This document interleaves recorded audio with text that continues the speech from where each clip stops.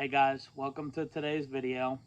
So I'm going to show you the new piece of equipment on the channel, and I'm going to take you through and show you what we had to do maintenance wise to a couple of tractors. So hang tight and we'll get right to it. All right guys, so this is the new piece of equipment that I went out and got. I actually got this before I got the WD. Went out Friday night, picked this up, and then went Sunday and picked the WD up. So this is a 14-foot transport disc. It's a Kobe, I believe. I went out for $400. Yeah, $400. Towed it behind my truck home. That was a fiasco, to say the least. The downside to it is one of the gangs, the axle on the gang, is snapped, and I'll show you that. It's snapped, but the other three gangs look and appear to be in relatively good shape. There are a couple disc blades missing. So this is gonna be a little project. But I'm thinking I can get away with taking the broken piece of the one gang off and being able to disc a small little field a little bit whenever we go plowing. So we're gonna have the 350 plowing, and we'll see. It's probably gonna end up pulling this as well. I actually had the BN hooked up to it the other day just to move it, and that was one of the goofier things that I've seen. So yeah, either the 350 will do this, maybe the 60, and then possibly we're gonna have another new piece of equipment in a couple weeks.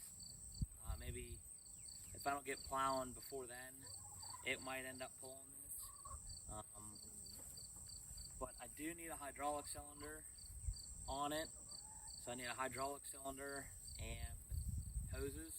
Those are not cheap, so for now I'm just going to use a binder to raise and lower into transport and into field work mode.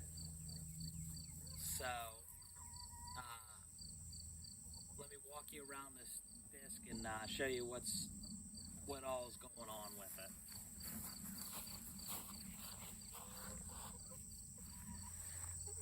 So as I said, this is the disc. Pretty much everything's here. Need a couple new bearings for each gang. 4. Some of them are already replaced. Like this one in here is good. Obviously, usually your end disc ends up being broken somehow.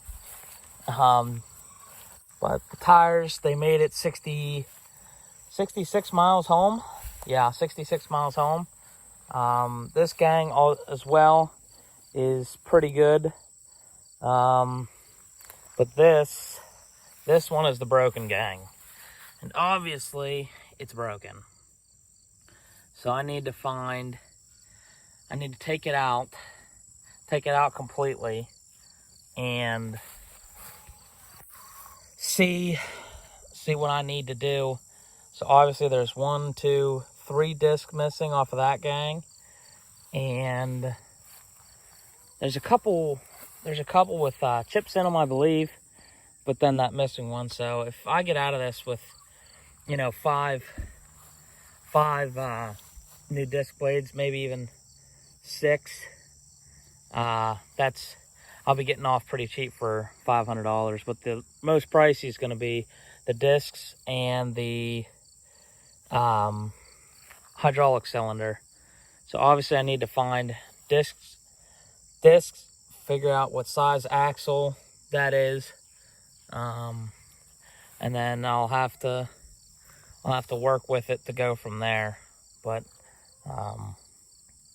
like I said, it's not an overnight project, but thinking if I take this snap part out completely, I'll still be able to drop this down and it work good enough to do what I need it to do.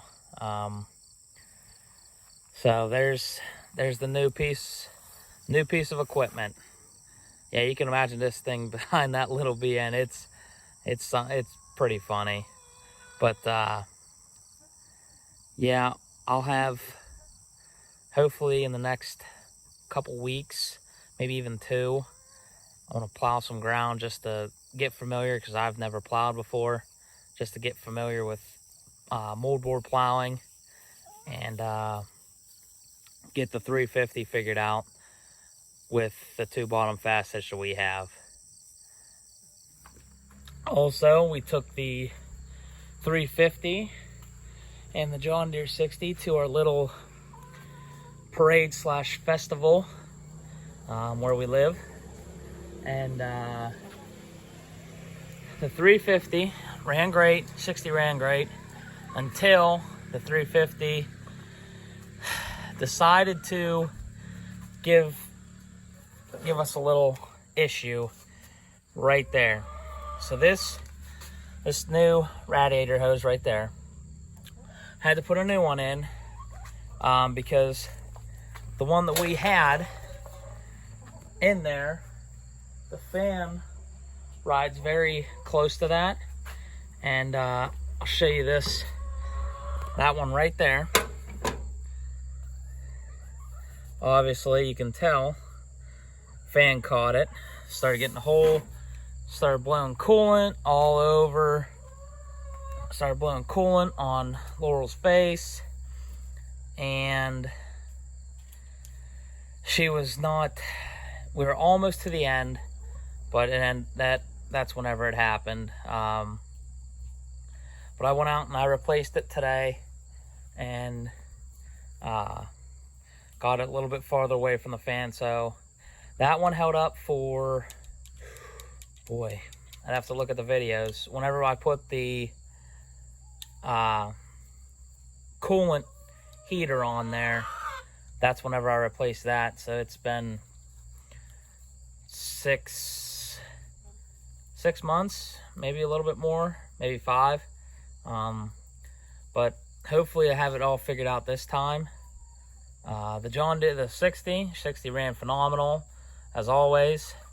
And then also today, this WD that I picked up, probably can't see it, but the overflow right there, it's broken.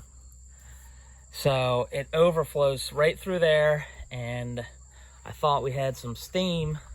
I had some steam coming off of it, so I looked down at the radiator coolant level, and it was down. It was still some in it, but it was still down, so I topped it off.